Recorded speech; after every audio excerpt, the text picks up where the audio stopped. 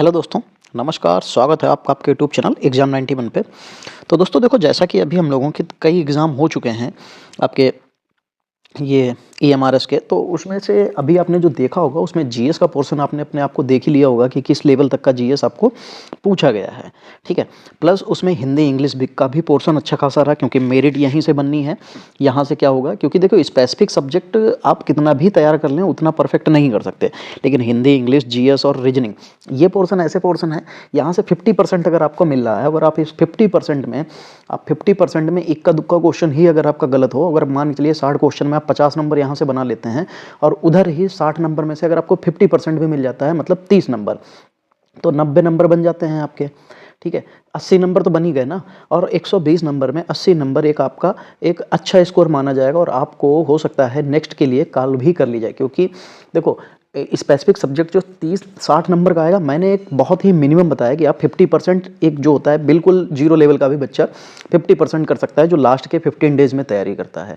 तो इसलिए आपको मेरिट कहाँ से बनानी है, Hindi English GS plus reasoning. तो आप उसमें कोशिश कीजिए कि 60 में आप 50-55 मतलब 60 क्वेश्चन में 50 प्लस या 55 तक आपको खींच के लेके जाना ही जाना है।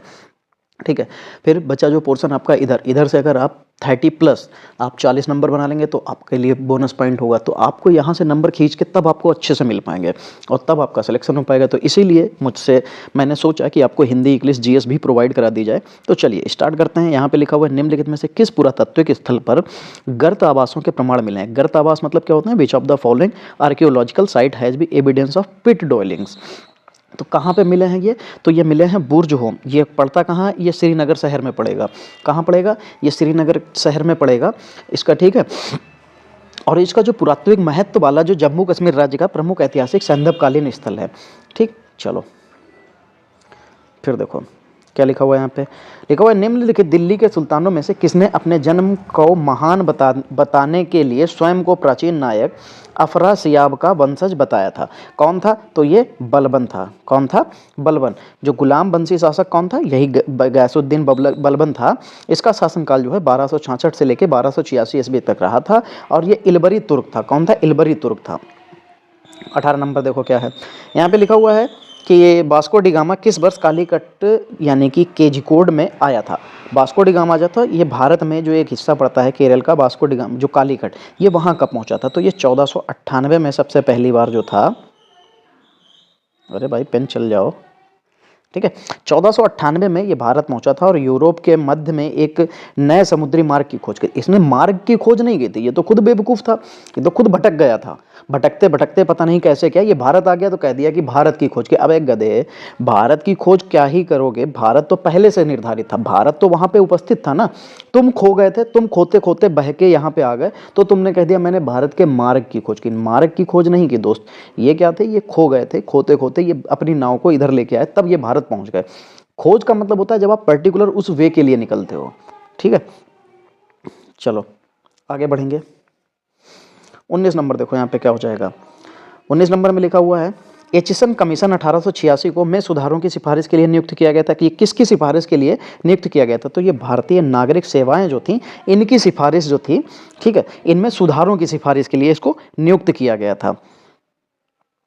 जो इसमें विसंगतियां थीं, जो कमियां थीं, उनको दूर करने के लिए इसको बनाया गया था। चलो यहाँ पे लिखा है, निम्नलिखित घटनाओं को कालानुक्रम में व्यवस्थित करना और नीचे दिए गए विकल्पों को सही करना है। चंद्रशेखर आजाद की मृत्यु, काकोरी षड्यंत्र और मोहन सिंह द्वारा भारतीय राष्ट्रीय सेना का गठन, फिर चंपारण सत्याग्रह। अब अच्छा, यहाँ पे अगर आपको ये सारी की सारी घटनाएं नहीं पता है तो आप फिर गलत कर जाएंगे। जैसे चंपारण सत्याग्रह जो था वो अप्रैल कब हुआ था, अप्रैल 1917 में। ठीक है, तो आप ऐसे लिख सकते हैं, थोड़ा सा इधर करो, और 1917 में। ठीक है, ये अप्रैल 1917 में किसान आंदोलन के रूप में स्टार्ट हुआ था और बाद में इन्होंने इसका जो है गांधी जी ने नेतृत्व किया था। ठीक है, ये गांधी जी का पहला सत्याग्रह भी था। ठीक है, ये याद रखना है। फिर यहाँ पे क्या लिखा हुआ है, मोहन आजाद सिंह के द्वारा जो राष्ट्रीय सेना का गठन था ये 1942 में भाई किया गया था, तो ये 1942 लिख लो। फिर काकोरी षड्यंत्र जो है, काकोरी षड्यंत्र कब हुआ था, तो 9 अगस्त 1925 को जो है काकोरी षड्यंत्र हुआ था। डेट आप चाहो तो लिख लीजिएगा। ठीक है, और जो चंद्रशेखर की मृत्यु है वो चंद्रशेखर की मृत्यु कब 1931 में हुई थी। हाँ ठीक है, बिल्कुल 1931 में हुई थी।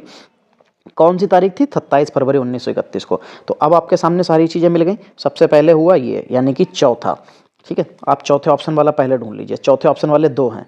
ठीक, पहले हुआ चौथा, तो आपने ऐसे करके लिख लिया यहाँ पे 4, फिर उसके बाद में हुआ था फिर 25, तो यानी कि ये 2 नंबर, फिर उसके बाद में 1 नंबर, फिर उसके बाद में ये 3 नंबर, तो 4 2 1 3, 4 2 1 3 आपको ये चौथे ऑप्शन में दिख रहा है, यही आपका सही हो जाएगा। चलो अब 21 देखो, वह कौन सा अधिनियम था जिसने भारत में सत्ता ब्रिटिश इंडिया कंपनी से ब्रिटिश क्राउन के में स्थानांतरित कर दी थी।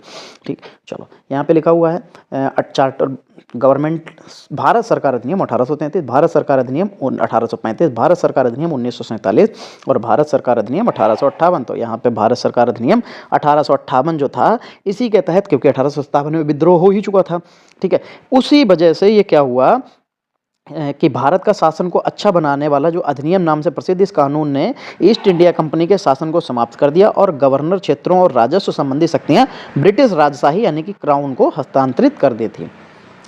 चलो 22 नंबर देखो क्या हो जाएगा। 22 नंबर में लिखा हुआ है, भारतीय संविधान के किस अनुच्छेद के तहत भारतीय नागरिकों को 6 मौलिक अधिकारों की जो स्वतंत्रता की गारंटी प्रदान करता है। भारतीय संविधान के किस अनुच्छेद के तहत भारतीय नागरिकों को 6 मौलिक स्वतंत्रताओं की अधिकार की गारंटी प्रदान करता है। अच्छा ठीक है, तो देखो हमको 6 अधिकार जो हैं यहाँ पे सब पे जो भी अनुच्छेद दे रखे हैं उनमें तो सिर्फ और सिर्फ एक ही सही है और वो है अनुच्छेद 19। इसमें आपको जैसे कई तरीके की हैं, इसमें कई 6 मौलिक अधिकार जो मिल जाते हैं आपको, जैसे बोलने की स्वतंत्रता होती है, कहीं पे आप सभा करने की स्वतंत्रता होती है, इस तरीके से 6 स्वतंत्रताएं इसमें आपको दी गई हैं। ठीक, और बाकी जो अनुच्छेद 1 दिया इसमें तो संघ और नाम के जो संघ का नाम होगा, क्षेत्र जो उसके राज्य क्षेत्र होते हैं उसका उपबंध किया गया है। ठीक, और अनुच्छेद 26 दे रखा है, इसमें धार्मिक कार्यों के प्रबंध की स्वतंत्रता का उपबंध बताया गया है। चलो आगे बढ़ते हैं। 23 नंबर देखो क्या हो जाएगा। 23 नंबर में यहाँ पे लिखा हुआ है कि निम्नलिखित में से कौन सा विकल्प गलत है। अब गलत हमको ढूंढना है, चलो भाई देखते हैं। राज्यपाल अपना त्यागपत्र राष्ट्रपति को सौंपते हैं, बिल्कुल भैया सौंप देते हैं, राज्यपाल अपना त्यागपत्र राष्ट्रपति को ही सौंपेगा। राज्यपाल की नियुक्ति राष्ट्रपति करता है, बिल्कुल करता है। राष्ट्रपति के प्रसाद पर्यंत राज्यपाल अपने पद पर बने रहते हैं, बिल्कुल। और 30 वर्ष की आयु का व्यक्ति राज्यपाल बन सकता है, नहीं, राज्यपाल बनने के लिए आपको 35 वर्ष की आयु कंप्लीट करनी पड़ती है। ठीक है, चलो आगे बढ़ो। अरे भाई इतना पेन ना चलो, जहाँ पे चलना चाहिए वहाँ पे नहीं चलते हो। चलो यहाँ पे लिखा हुआ है कि जो पृथ्वी की त्रिज्या लगभग कितनी है, 60-70 किलोमीटर, यानी कि 6070, 6170, 6270, 6370। यहाँ पे आपको कंफ्यूज करने के लिए इतना ज़्यादा इन्होंने आपको 70 कर दिया है, कोई नहीं, आप ऐसे याद रखना 6370 किलोमीटर। ठीक है, ये पृथ्वी की त्रिज्या है। इसका द्रव्यमान लगभग पड़ता है 5.97237 इंटू 10⁴ kg। ठीक है, पृथ्वी का जो जलीय भाग है वो 71% है, स्थलीय भाग है 29% है। पृथ्वी का उपनाम नीला ग्रह है। पृथ्वी की आकृति जो है वो जियोड टाइप की है। ठीक, 25 नंबर यहाँ पे लिखा हुआ है 25 नंबर में कि निम्नलिखित में से कौन सी गैस ओजोन परत के लिए सबसे अधिक हानिकारक होती है। तो कुछ नहीं याद करना, आपको सिर्फ क्लोरोफ्लोरोकार्बन याद करनी है। ये हमारे जो ओजोन परत होती है सबसे ज़्यादा उसको नुकसान पहुँचाती है। चलो भाई अगले क्वेश्चन की तरफ। 26 नंबर देखो क्या लिखा हुआ है। नदी एकमात्र प्राकृतिक जल स्रोत है जो कि रेगिस्तान में एक झील के अंदर बहती है। कौन सी नदी है, लूनी, काली, गंगा या लिस्ता। तो देखो राजस्थान में आपको पता है बहुत अच्छे से गंगा, और जो गंगा तो आपको नहीं मिलनी। 26 नंबर में आपको एक ऑप्शन तो पता चल गया कि भैया गंगा तो इसमें ऐसी नदी नहीं है जो रेगिस्तान में एक झील के अंदर बहती है। और ये कौन सी बहती है, ये सिर्फ और सिर्फ लूनी बहती है।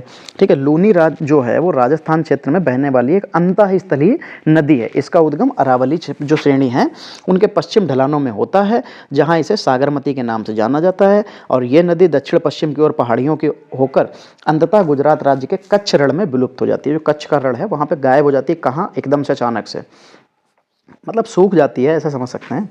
27 नंबर, ब्यूफोर्ट स्केल पैमाना किसके लिए जाना जाता है। जो ब्यूफोर्ट स्केल होता है ये पैमाना जो है किसके लिए इस्तेमाल किया जाता है। तो ये एक तरीके का अंतरराष्ट्रीय पैमाना होता है। ठीक है, और इससे जो है हवा की गति मापी जाती है। ठीक है, चलो 28 नंबर, इलेक्ट्रॉन का एंटी पार्टिकल क्या है। जो इलेक्ट्रॉन है इसका एंटी पार्टिकल क्या होता है। पॉजिट्रॉन होना चाहिए, बिल्कुल भैया पॉजिट्रॉन यहाँ पे सही हो जाएगा। इलेक्ट्रॉन का एंटी पार्टिकल पॉजिट्रॉन हो जाएगा। चलो यहाँ पे 29 नंबर में क्या है, आर्द्र एवं नम वातावरण में उत्पन्न होने वाले कई मॉसेस जैसे प्राचीन पौधों के अध्ययन को क्या कहा जाता है। देखो भाई इसको क्या कहा जाता है। एथनोबॉटनी लिखा है, ब्रायोलॉजी लिखा हुआ है, पैलिनोलॉजी लिखा हुआ है, डेंड्रोलॉजी लिखा हुआ है, तो यहाँ पे क्या हो जाएगा, ब्रायोलॉजी हो जाएगा। चलो 30 नंबर देखो यहाँ पे क्या लिखा हुआ है। 30 नंबर में किस भारतीय राज्य की जीडीपी सबसे अधिक है? जीडीपी की बात आएगी, यानी कि तो जीडीपी आपको किसकी सबसे अधिक हो जाएगी? मेरे हिसाब से महाराष्ट्र की होनी चाहिए। ठीक है, बिल्कुल महाराष्ट्र दे भी रखा है, महाराष्ट्र हो जाएगी।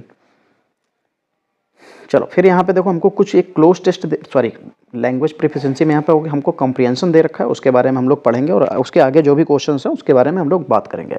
क्या लिखा हुआ है? New York is on high alert after reporting 100 cases of a rare inflammatory diseases apparently tied to COVID-19 in children. The city recently began reporting rising case of pediatric multisystem inflammatory syndrome, an illness officials say in similar to toxic shock or Kawasaki diseases, with symptoms including a fever and abdominal pain, and which appears to be linked to an immune response to COVID-19, the New York Times report. देखो आपका lab attendant का है, कुछ आपको इसमें science से related आपको यहाँ पे बताया जा रहा है। ठीक है कई बीमारियों के बारे में बात हो चुकी है अभी तक। फिर देखो city mayor Bill de Blasio in a press briefing on Thursday said we are now on high alert and in addressing the syndrome after the number of confirmed case of pediatric multisystem inflammatory syndrome in the city has reached 100. Among those cases, 55 children have tested positive for COVID-19 or the antibodies, de Blasio said, and one child has died. De Blasio had reported 82 cases of the syndrome in the city. These developments continue to be really troubling after it was previously thought that children seemed to have very little effort from these diseases. De Blasio said he urged parents to call their doctor immediately if a child had a persistent fever, a rash, abdominal pain, vomiting and especially of combination of these symptoms. अच्छा चलो भाई 31 number देखते हैं क्या लिखा हुआ है। देखो when the city mayor says we are now on the high alert of addressing the syndrome, he means क्या था इसका मतलब? people are consulting each other in panic नहीं, the administration understand it's urgent health issue. बिल्कुल उसने इसी के लिए कहा था क्योंकि वो डिसीज जो बीमारी थी वो फैल चुकी थी, फैल रही थी।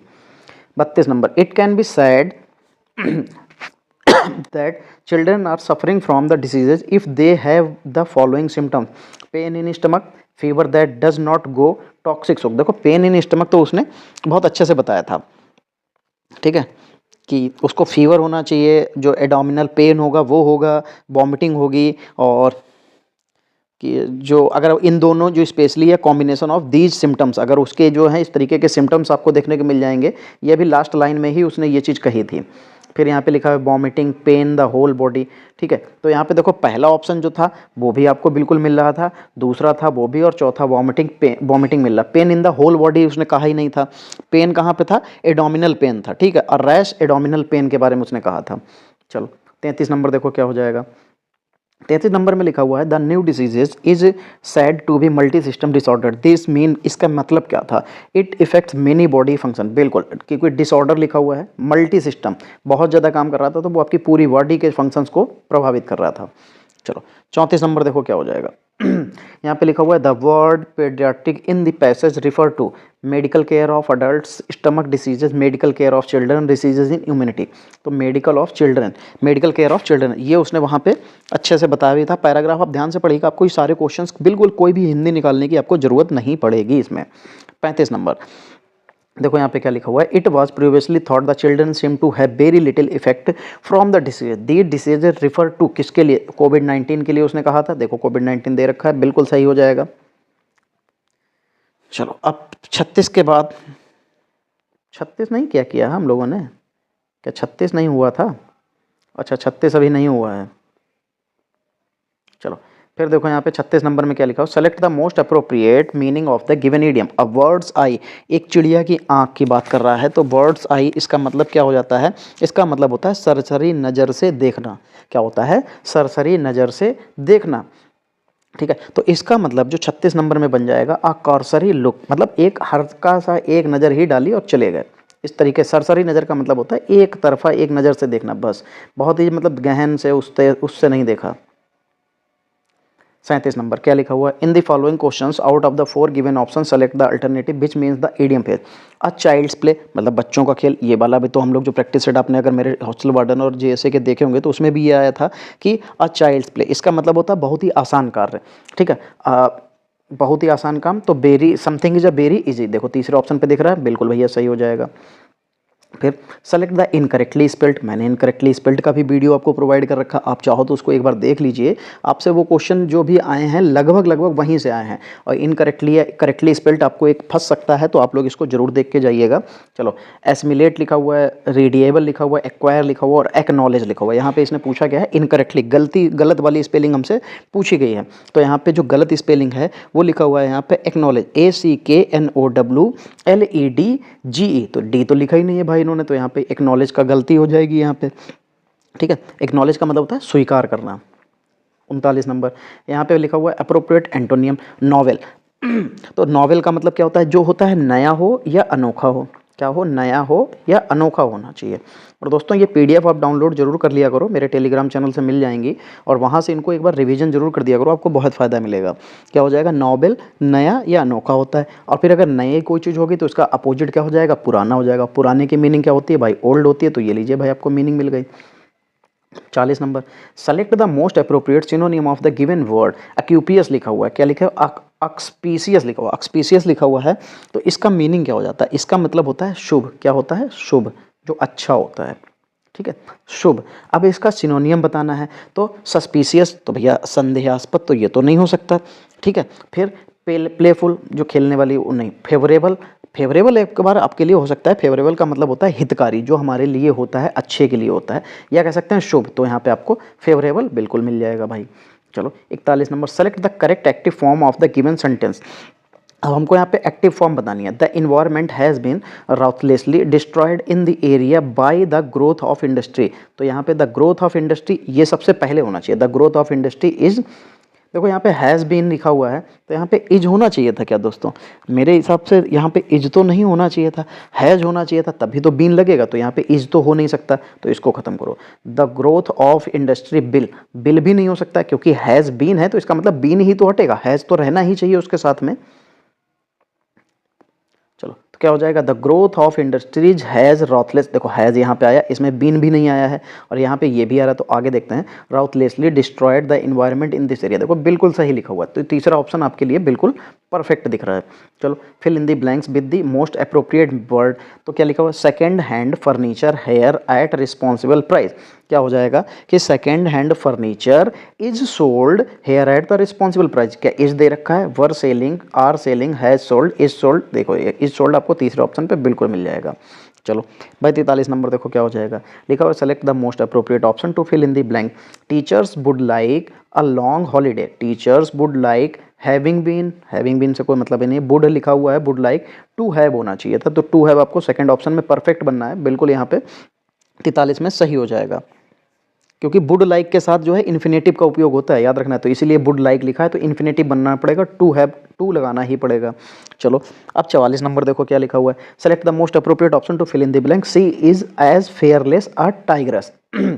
तो सी इज फेयरलेस, कैसे फेयरलेस, तो एज, जैसे कि टाइगर, तो क्या हो जाएगा यहाँ पे एज प्रयोग हो जाएगा, क्योंकि जब किसी व्यक्ति की समानता किसी और से की जाती है, मतलब उसकी तुलना किसी और से की जाती है, तो वहाँ पे एज या जो एज समथिंग का प्रयोग किया जाता है। 45 number select the most appropriate option to fill in the blank. Of these boys is doing anything worth while, तो क्या हो जाएगा, बोथ ऑफ दीज बॉयज, तो बोथ के लिए दीज बॉयज का कोई मतलब बनता नहीं है, ईच ऑफ दीज बॉयज भी नहीं होगा, नन ऑफ दीज बॉयज, इनमें से कोई नहीं, तो नन बिल्कुल सही हो जाएगा यहाँ पे। चलो अब यहाँ पे देखो हिंदी में भी हमको एक पैराग्राफ आता है, और अभी जो पेपर्स हुए हैं उनमें इंग्लिश और हिंदी दोनों में आपको पैराग्राफ मिला है, तो इंग्लिश इसलिए टफ नहीं बनी थी। चलो कोई नहीं, देखते हैं क्या लिखा हुआ है यहाँ पे। मापना सभ्य इंसान की पुरानी फितरत का हिस्सा रहा है, दुनिया भर के सभ्य समाजों ने अपने अपने ढंग से समय को, दूरी को, गति को, ऐसा दौर आया गति को, आकार और क्षेत्रफल को मापने के पैमाने विकसित किया, और फिर एक ऐसा दौर आया जब हर चीज़ को ही मापा जाने लगा, सर्दी को, गर्मी को, सुख को, दुख को, अर्थव्यवस्था को, महंगाई को और यहाँ तक कि अक्ल को भी। इसी के साथ 150 साल पहले एक और पैमाना विकसित हुआ इंसान को बुखार बुखार को मापने का। कार्ल वंडरलिच ने शरीर के इस तापमान को समझने के लिए लंबा शोध किया और इस नतीजे पर पहुंचे कि 98.6 डिग्री फ़ारेनहाइट शरीर का सामान्य तापमान है। शरीर का तापमान अगर इससे ज़्यादा हो इसका अर्थ है बुखार है। शरीर का यदि यही तापमान चिकित्सा व्यवसाय का मानक बन गया। 98.6 का आंकड़ा जल्द ही एक मुहावरा बनकर समाज और संस्कृति के कई क्षेत्रों में इस्तेमाल होने लगा। इसी नाम से एक गीत बना, एक उपन्यास लिखा गया, एक सर्वाइकल गाइड आई और दुनिया के कई देशों में एफएम चैनल खुले। अब 98.6 इस आंकड़े पर ही सवाल खड़े होने लगे। बोस्टन चिल्ड्रन हॉस्पिटल के जोनाथन हुसैनन ने पिछले दिनों एक लंबा शोध किया और इस नतीजे पर पहुंचे कि मानव शरीर के सामान्य तापमान के लिए 98.6 आंकड़ा मूल रूप से गलत है। उन्होंने पाया कि हमारे शरीर का तापमान सुबह के वक्त थोड़ा कम होता है और शाम के वक्त बढ़ जाता है। इसके अलावा पुरुषों के मुकाबले महिलाओं के शरीर का तापमान मामूली सा ज़्यादा होता है। बड़ों के मुकाबले बच्चों का थोड़ा सा ज़्यादा होता है और फिर अलग अलग तरह के लोगों के शरीर का तापमान अलग अलग होता है। यानी पूरे मानव समुदाय के लिए 98.6 डिग्री फ़ारेनहाइट का मानक सही नहीं है। वह इस नतीजे पर पहुंचे कि शरीर का तापमान सामान्य और बुखार दोनों की जटिल चीज़ें हैं। इस आंकड़े के सरलीकरण से इसे नहीं समझा जा सकता।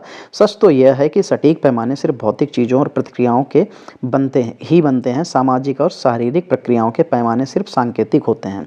इनमें उनके उतार चढ़ाव की था भर पाई जा सकती है। दिक्कत तो तब आती है जब हम इसे जड़ मानक मान लेते हैं। वाह, चलो फिर तो बढ़िया है भाई। अब हम लोग यहाँ से 46 नंबर से भाई क्वेश्चन देखेंगे, यानी कि 15 क्वेश्चन हिंदी के भी होंगे। चलो, सभ्य इंसान की पुरानी फितरत का हिस्सा रहा है क्या लिखना? तो बुखार, उपन्यास लिखना, उतार चढ़ाव करना या मापना। तो उसकी भैया मापना जो है उसका हमेशा से ये फितरत में रहा है। 47 नंबर, मानव शरीर के तापमान के संदर्भ में सही कथन चुनना है। तो बड़ों के मुकाबले बच्चों को थोड़ा सा ज़्यादा होना, पुरुषों के मुकाबले महिलाओं का मामूली सा कम होना, पूरे मानव समुदाय के 98.6 डिग्री फ़ारेनहाइट का मानक ही सही है। या शरीर का तापमान सुबह के वक्त थोड़ा अधिक के शाम के समय कम हो जाता है। देखो, बड़ों के मुकाबले बच्चों का थोड़ा सा ज़्यादा होता है, ये हमारे पैराग्राफ में बिल्कुल लिखा था, तो यही सही हो जाएगा। फिर 48 नंबर देखो क्या लिखा हो, सामाजिक और शारीरिक प्रक्रियाओं के पैमाने से दिक्कत कब होती है? जब शरीर का तापमान सामान्य से थोड़ा अधिक हो जाता है, जब हम इसे जड़ मानक मान लेते हैं, इसका तापमान को समझने के लिए शोध करने लगते हैं, जब शरीर का तापमान सामान्य से थोड़ा कम हो जाता है। तो जब हम इसे जड़ मानक मान लेते हैं तब जो है ये प्रक्रियाओं के पैमाने में दिक्कत आने लग जाती है। चलो 49 नंबर, 98.6 के संदर्भ असत्य कथन चुनना है हमको यहाँ पे कि इसका असत्य कथन क्या हो जाएगा। देखो, इस नाम से दुनिया के कई देशों में एफएम चैनल खुले, बिल्कुल थे। इसके नाम से सर्वाइकल गाइड आई, बिल्कुल आई। इसी नाम से एक कहानी लिखी गई थी, नहीं कहानी नहीं लिखी गई थी, इसके ऊपर एक उपन्यास लिखा गया था। ठीक है, तो 49 नंबर में ये गलत हो जाएगा। फिर देखो यहाँ पे क्या लिखा हुआ है, जोनाथन हुसैन ने हाल ही में क्या किया? एक गीत बनाया, एक उपन्यास लिखा, एक लंबा शोध किया और सर्वाइकल गाइड लिखी। तो जो जोनाथन हुसैन थे, इन्होंने एक लंबा शोध किया था, जिन्होंने ये बताया था कि ये जो पैमाना जो दिया गया ये बिल्कुल गलत है। खैर, 51 नंबर देखते हैं, अंधे के हाथ बटेर लगना। अंधे के हाथ बटेर लगने का मतलब क्या होता है कि जो अपात्र के पास बड़ी सफलता मिल जाए, यानी कि जिसको वो मिलना नहीं चाहिए था लेकिन उसको मिल गए, तो अंधे के हाथ बटेर लग गया। तो इसका मतलब यहाँ पे सही क्या हो जाएगा? अरे भाई लग जा, क्या हो जाएगा? अपात्र को बड़ी सफलता मिलना। 52 नंबर क्या लिखा हुआ है, द्वंद्व समास में कौन सा पद प्रधान होता है? अब द्वंद्व समास हमेशा देखो लड़ाई के लिए होते हैं। एक साइड में आपको इधर ऐसे लिखा होगा और इसके लिए अब ऐसे लिखा होगा, इसका दूसरा बिल्कुल अपोजिट लिखा होता है। जैसे माता पिता, माता महिला, पिता पुरुष, भाई बहन, ठीक, दिन रात, ऐसे करके बिल्कुल एक दूसरे के अपोजिट दिख रहे हैं और दोनों क्या हैं? बिल्कुल अपनी अपनी जगह पे भी सही हैं। तो दोनों पद प्रधान होते हैं। क्या होते हैं? ये भी पद प्रधान और ये भी पद प्रधान। तो इसमें लिखा है कौन सा पद प्रधान होता है, तो दोनों पद आपके प्रधान हो जाते हैं। फिर दो निकटवर्ती वर्णों के मेल से जो परिवर्तन होता है उसे क्या कहते हैं? तो जो निकटवर्ती वर्ण होते हैं अगर उनको मिला देंगे तो वो संधि कहलाती है। समास का मतलब होता है अलग करना, संधि का मतलब होता है जोड़ना। 54 नंबर, निम्न में से कौन सा पीछे चलने वाला शब्द समूह हेतु एक शब्द है? पीछे चलने वाला, तो देखो जो पीछे चलेगा तो वो क्या होगा? अनुगत होगा। और आगत जो आगे चलेगा, पिछलग्गू जो पीछे लग के चलता है, पिछल जो पीछे वाला होगा। 55 नंबर, कौन सा शब्द अनीक का पर्यायवाची है? किसका? अनीक का। तो अनीक का मतलब सेना होता है। ठीक है, इसके कुछ और भी पर्यायवाची होते हैं, जैसे सैन्य होता है, फौज होता है, वाहिनी होता है, कटक होता है सॉरी, लश्कर भी होता है, अनीकनी भी होता है। चलो 56 नंबर, आविर्भाव का सही जो विलोम शब्द होगा, विपरीतार्थक शब्द होगा, वो क्या हो जाएगा? तो आविर्भाव का भाई तिरोभाव हो जाता है। ऐसे ही 57 नंबर, निम्नलिखित में से किस वाक्य में सर्वनाम का प्रयोग हुआ है? तो सर्वनाम का प्रयोग भाई किस में हुआ है? आज बरसात होगी, मैं कल दिल्ली जा रहा हूँ, और घर का काम कर लो, सीमा और रीमा बहनें हैं। तो सर्वनाम का प्रयोग हुआ था, सर्वनाम मैं कल दिल्ली जा रहा हूँ। ठीक है, तो यहाँ पे जो सर्वनाम शब्द हो जाएगा वो क्या हो जाएगा? जैसे जो शब्द संज्ञा के स्थान पर प्रयुक्त होते हैं उसको सर्वनाम कहते हैं। ठीक, तो अच्छा हाँ, एक चीज़ और, सर्वनाम के कितने भेद होते हैं? आपको यहाँ पे कई बार क्वेश्चन ये पूछा गया, तो सर्वनाम के कितने भेद हो जाते हैं भाई? 6 हो जाते हैं। पुरुषवाचक, निजवाचक, निश्चयवाचक, अनिश्चयवाचक, संबंधवाचक और प्रश्नवाचक। ठीक, और बाकी यहाँ पे मैं शब्द जो आया है, ठीक है, जो मैं किसके लिए आया होगा? अपने आप के लिए। तो अपने आप के जगह पे इस्तेमाल हुआ है ना, तो इसलिए इसका सर्वनाम में प्रयोग होगा। चलो 58 नंबर देखो, निम्नलिखित में से शुद्ध शब्द कौन सा है? शुद्ध शब्द बताना है। जिजीविषा, जिजीविषा, जिजीविषा, जिजीविषा। सारे के सारे पढ़ने में कुछ थोड़ा बहुत अंतर है, लेकिन लगभग एक जैसे हैं। और शुद्ध की बात आएगी तो जिजी फिर विषा होता है। तो जिजी मतलब छोटा, जा में एक छोटी की, जा में बड़ी की, फिर बा में छोटी की, और शाह वो भी कौन सा? षटकोण वाला। चलो भाई 59 नंबर देखो, 59 नंबर में क्या हो जाएगा? किसी कार्य को करने या होने का बोध कराने वाले शब्द क्या कहलाते हैं? तो जब किसी कार्य को करने या होने का जिसमें बोध होता है उनको क्रिया कहते हैं। क्रिया कहते हैं, क्या कहते हैं? क्रिया। ठीक, फिर 60 नंबर, पयोधि का संधि विच्छेद बताना है, तो क्या हो जाता है? जो ओ की मात्रा लगी है उसको आप हलंत में बदल दीजिए, मतलब आह की मात्रा में बदल दीजिए, बाकी आपका कोई दिक्कत नहीं। तो पया प्लस धी तो पयोधि हो जाती है। ठीक, और ये विसर्ग संधि का आपका उदाहरण हो जाता है। तो दोस्तों देखो, हिंदी, जीएस और इंग्लिश मैंने आपको तीनों चीज़ें कंप्लीट करा दी। तीनों चीज़ें आपको लगभग जैसे तरीके से ही मैंने कराई वैसे ही मिलनी है, कोई समस्या नहीं है।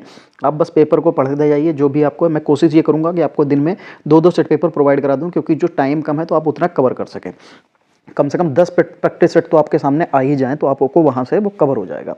चलो फिर हम लोग क्लास को यहीं पे समाप्त करेंगे, मिलेंगे हम लोग अगली क्लास में। तब तक के लिए जय हिंद दोस्तों।